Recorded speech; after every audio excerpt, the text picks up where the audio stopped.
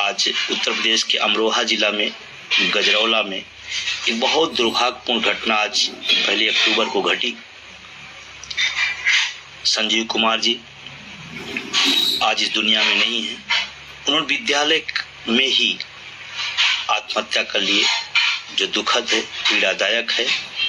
आज 1 अक्टूबर है, आपसे महत्वपूर्ण मुझे करनी है, लेकिन एक ऐसी घटना आज उत्तर प्रदेश में घटी है जो पूरे शिक्षक कर्मचारी जगत के लिए बहुत दुखदाई है।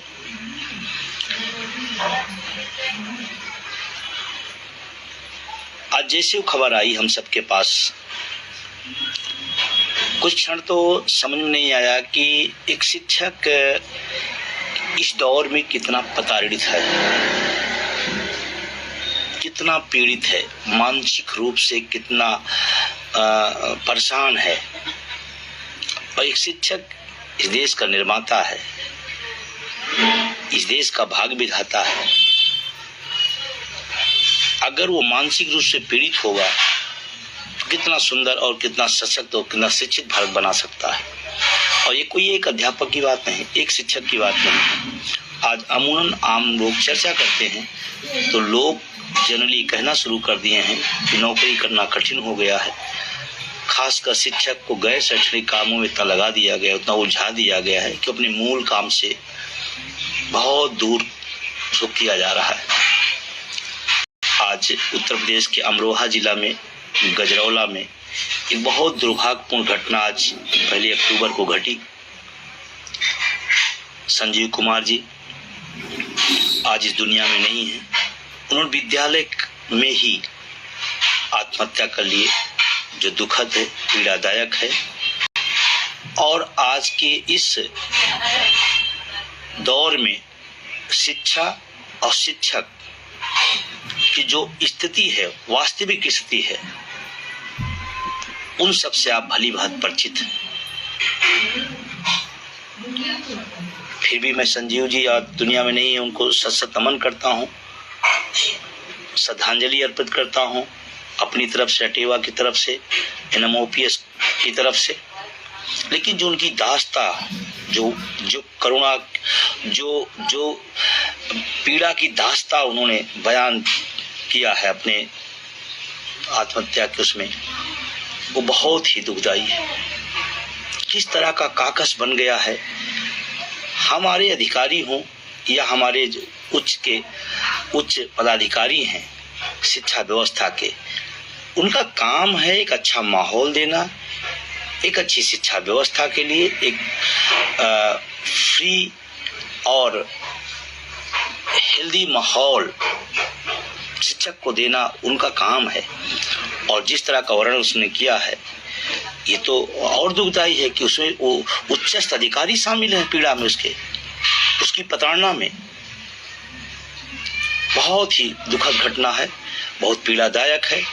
और संजीव कुमार जी आज इस दुनिया में नहीं है, लेकिन उनकी जो लिखी हुई वो दस्तावेज है, वो एक एक शिक्षक की पीड़ा है। बहुत सारे लोग इस तरह से पीड़ा में हैं इस समय, चाहे सरकार द्वारा, शासन द्वारा, उच्च अधिकारियों द्वारा। मैं श्रद्धा सुमन अर्पित करता हूं, लेकिन इसी बहाने में इसी सरकार को भी हम कहना चाहते हैं कि एक अच्छी शिक्षा व्यवस्था, एक अच्छा तनाव फ्री शिक्षक दे सकता है। अगर उसे आप तनाव में रखेंगे तो शिक्षा के लिए, न शिक्षार्थी के लिए, न इस देश के लिए बेहतर है। शिक्षक को गुलामगिरी से नहीं हो सकता है। और मैं तो कहता हूँ निष्पक्ष जांच होनी चाहिए। और जिन लोगों ने उसमें भूमिका निभाई है, एक संजीव कुमार का जाना सिर्फ संजीव कुमार का नहीं है, उसके पीछे उनके बच्चे, उनके परिवार, उनका अपना सपना, वो सारा कुछ मटियामेट हो गया है। तो सरकार को चाहिए कि ऐसे जो लोग उसमें दोषी हों, वो चाहे जितने बड़े अधिकारी हों, चाहे जितने बड़े उसमें इन्वॉल्व लोग हों, सबको सजा मिलनी चाहिए। ये हमारी डिमांड है, हमारी मांग है। और ऐसा बस इतने से ही कर लेना इतिश्री नहीं होगा। क्या कारण है ऐसा? जिलों जिलों में एक एक शिक्षक ऐसे पीड़ित आवाज में रहा। तो मैं सरकार से निवेदन करना चाहता हूं, शिक्षार्थी और शिक्षक हित में तनाव मुक्त माहौल दीजिए। मैंने आज वहां के अमरोहा के जिला अध्यक्ष से मैंने बात की, पूरी रिपोर्ट मंगाई और हमने कहा जो भी आप लोग वहां संभव है मदद करिए, और अगर उस पर न्याय नहीं किया गया तो निश्चित रूप से अटेवा उसमें इन्वॉल्व होगा और जो लोग दोषी हैं उनको दंड का भागीदार बनना पड़ेगा। अभी हम आज पूर्व संध्या में बात कर रहे हैं। कल 2 महापुरुषों की जयंती है, 2 अक्टूबर को, राष्ट्रपिता महात्मा गांधी जी और इस देश के सबके चहेते प्रधानमंत्री भूतपूर्व लाल बहादुर शास्त्री जी। आज उनकी पूर्व संध्या है जन्मदिन की, और ऐसे माहौल में हम बात कर रहे हैं जिसने पूरी दुनिया को एक नया रोल मॉडल दिया। लोकतंत्र में आंदोलनों का, लोकतंत्र में अपनी बात कहने का, लोकतंत्र में अपनी आवाज उठाने का, जिसे पूरी दुनिया को मार्ग दिखाया। उस देश में इस तरह की चीजें हों, पीड़ादायक है। और इसमें हिला वाली सरकार को नहीं करना चाहिए। मैं उनके परिवार से भी निवेदन करूंगा कि संभल रखें, आपको हिम्मत और ताकत मिले कि आप अपने परिवार को संभालें। लेकिन मैं इसी के साथ एक बात और कहना चाहता हूं, जिन साथियों के साथ प्रताड़ना हो रही, पीड़ा हो रही, ऐसे तमाम श्रृंखलाएं हैं। कोई एक संजीव अकेले का नहीं मामला है। जिस तरह की परिस्थितियां पैदा कर दी जा रही हैं, लेकिन मैं उनसे कहना होगा, किसी समस्या का समाधान आत्महत्या नहीं है। आप लड़ें, आप मुखरता से आवाज उठाएं। हाँ, ये बात सही है कि कुछ तंत्र इस तरह से बन गए हैं कि आवाज उठाने वालों को कुचल दिया जाता है, लेकिन आत्महत्या जैसी कायरता का दिमाग में बिल्कुल न लाएं। अपने हक हुकूक के लिए लड़ना पड़ेगा, आवाज उठानी पड़ेगी। और अभी इसी तरह की घटनाएं लगातार माध्यमिक में धारा 21 हटा करके जिस तरह की व्यवस्था सरकार दे रही है, जिस तरह के रिजल्ट लगातार, चाहे गोरखपुर का मामला हो, चाहे आगरा का मामला हो, चाहे अभी हरदोई का मामला हो, एक पढ़ लिख करके अपनी सालों साल जिंदगी लगा करके चयन बोर्ड से, लोक सेवा आयोग से लोग बड़ी बड़ी कंपटीशनें पास करके निकल के आते हैं। सरकारी व्यवस्था में एक सरकारी नौकरी के लिए वहां एक सामाजिक एक सुरक्षा हो, और वहां क्या हो रहा है, एक सरकारी तंत्र में एक सरकारी शिक्षक को सीधे एक प्राइवेट व्यक्ति बर्खास्त कर दे। ये किसी तरह से उचित नहीं है। और सरकार ने इस तरह के जब भी प्रयास किए हैं, नई शिक्षा व्यवस्था, नई कृषि नीति, नई पेंशन नीति, नया आयोग, उसके पीछे एक ही मंतव्य था, जो अधिकार थे उनको छीन लिए गए। मजेदार बात है कि जो लोग ये काम कर रहे हैं उनके पीछे सत्ता पोषित लोग खड़े हुए हैं। मुझे कहते हुए दुख हो रहा है, एक बड़ी शख्सियत राज्यसभा सदस्य है एक सत्तारूढ़ दल के, उसके संरक्षक हैं, और सीधे बर्खास्त की। ये अन्याय है। वर्षों की मेहनत के बाद आपको सरकारी जॉब नहीं मिली, आपकी कमियां हैं।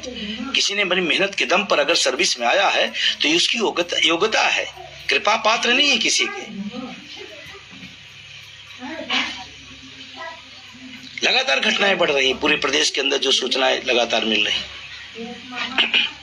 और मैं तो तमाम उस विभाग के, माध्यमिक शिक्षा विभाग के तमाम संगठनों से मैं अपील करना चाहता हूं, आप अपने अपने बैनर, अपने अपने गुड लिए घूम रहे हैं, मैं सब इस विनम्रतापूर्वक अपील करना चाहता हूं। आज मैं कई लोगों से संवाद भी किया, कुछ मुद्दे ऐसे होते हैं जहां पर न गुट, न विभाग, न राजनीति होनी चाहिए। जब शिक्षक रहेगा तो शिक्षक संघ होंगे। धारा 21 पर सभी लोगों को खड़े होना चाहिए। इस प्रदेश में बताना चाहिए कि माध्यमिक शिक्षा का एक स्वर्णकाल था, उसको नेस्तनाबूद किया जा रहा है। सारे लोगों से मेरी अपील है विनम्रता पूर्वक कि वो लोग खड़े हों, क्योंकि धारा 21 का जिस तरह से दुरुपयोग किया जा रहा है, ये आने वाले समय में ये सरकारी व्यवस्था में रहते हुए गुलामगिरी की प्रथा शुरू हो रही है। ऐसे जो लोगों के साथ अन्याय हो रहा है उनके साथ रटेवा है। और मैंने आज आगरा भी बात किया था। हमने कहा जो साथी वहां पर एक उनके साथ प्रताड़ना हुई है उनके साथ खड़े। मैंने गोरखपुर बात किया, हमने कहा उनके साथ खड़े होना है, क्योंकि अन्याय बर्दाश्त करना अपराध ही से ज्यादा बड़ा कायरता है। अब मैं अपने विषय पे आता हूं।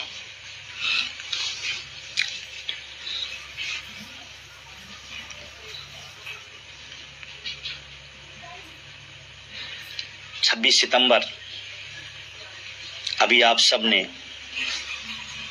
किसी एक जिले में नहीं, किसी एक प्रदेश में नहीं, देश के प्रत्येक जिला मुख्यालयों पर 26 सितंबर को एनपीएस यूपीएस के खिलाफ आक्रोश मार्च, शानदार सफलता, शानदार कार्यक्रम। मैं सभी का बहुत दिल से उस सफल कार्यक्रम की बधाई देता हूं और आभार व्यक्त करता हूं। जिन साथियों ने उसमें अपनी भागीदारी निभाई, जिन संगठनों ने, जिन नेतृत्वकर्ताओं ने उसमें अपना सहयोग, समर्थन, नैतिक, मानसिक, भौतिक जो भी दिया, मैं उन सब के प्रति हृदय से शुक्रिया अदा करना चाहता हूं, क्योंकि आप सबके प्रयास से, आप सबके सहयोग से वो काम हुआ है 26 सितंबर को, जिसको तमाम सारे लोग न सोच सकते हैं, करने की तो बात ही नहीं। लखनऊ दिल्ली बुला लेना कई बार हुआ है, होता रहता है, लेकिन किसी एक विषय पर इतना बड़ा देश, कोई देश छोटा मोटा देश नहीं, भारत बहुत बड़ा देश है, एक विषय पर कन्याकुमारी से कश्मीर तक हर जिला मुख्यालयों पर इतना बड़ा प्रदर्शन कर पाना न किसी की हिम्मत होती है, न किसी की क्षमता होती है। वो अटेवा एनएमओपीएस उनके सहयोगी संगठनों के ही दम पर।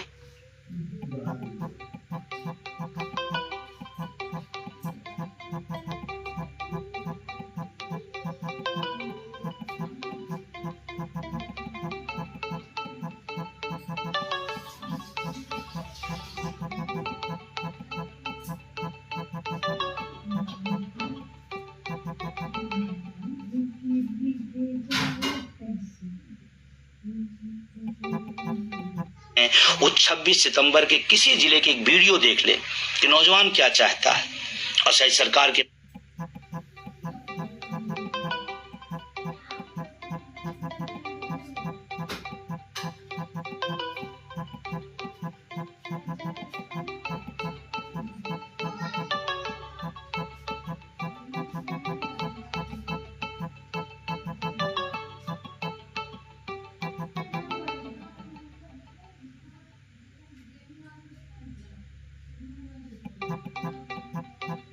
प्रदर्शन है। और जिन राज्यों में मजबूत कड़ियां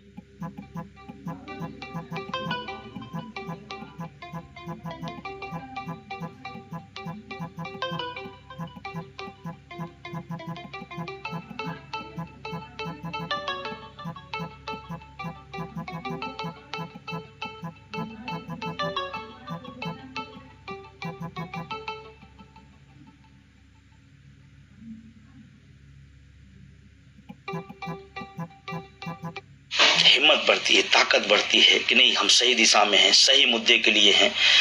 जो लोग जितनी अपनी राजनीति करना चाहें, गुट बनाना चाहें, महामंच, मोर्चा बनाना चाहें,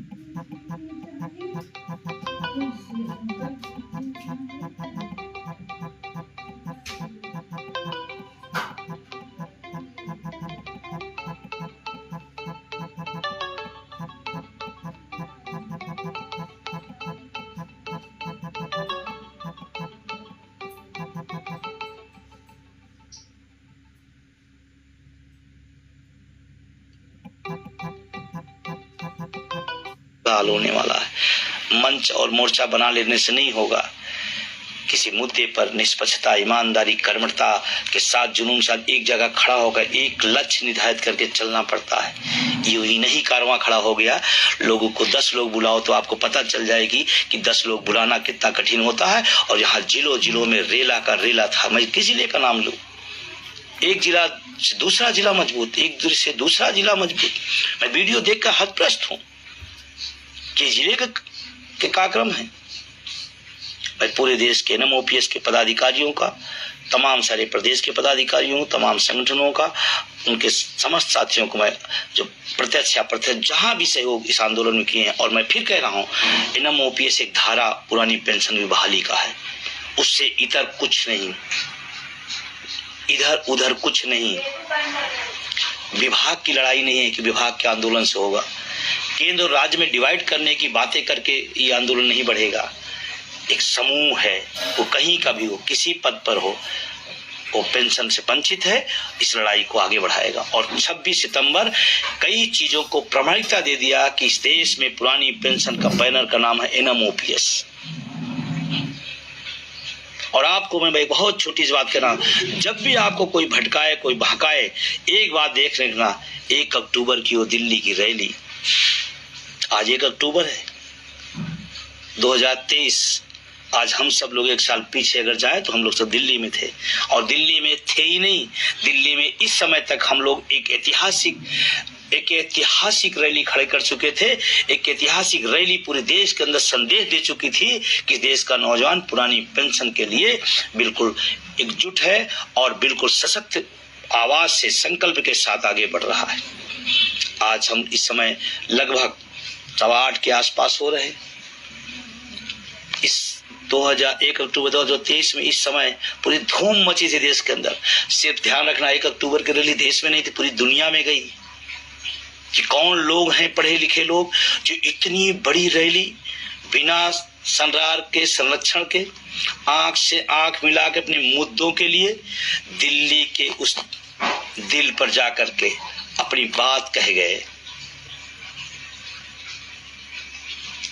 उस ऐतिहासिक दिन का आज वर्षगांठ है, इसीलिए मुझे लगा कि आपसे बात की जाए, क्योंकि थोड़ी व्यस्तता की वजह से मैं आप सबका 26 सितंबर के आभार भी नहीं देख पाया था, तो हमने कहा दोनों का संयोग एक रहेगा। आज जब मैं उस वीडियो को देखता हूं 1 अक्टूबर की, उसकी फोटो को देखता हूं, तो मुझे लगता है कि एक साधारण सा व्यक्ति और तमाम सारे हजारों लोगों का साथ से इतना बड़ा झूम, इतना बड़ा हुजूम पैदा हो सकता है। और आज पूरे देश के अंदर जो पुरानी पेंशन की बहार चल रही है, वो सिर्फ और सिर्फ NMOPS उनके सहयोगी संगठनों की वजह से। बाकी लोग तो तमाम आंदोलन को, एक बहती धारा को कमजोर करने पर लगे हुए हैं। उनको भी आपको पहचानना पड़ेगा। टुकड़े टुकड़े में जो लोग इधर उधर इस आंदोलन को बिखरना चाहते हैं, कुछ सरकार पसंद लोग हैं, कुछ पद पसंद लोग हैं।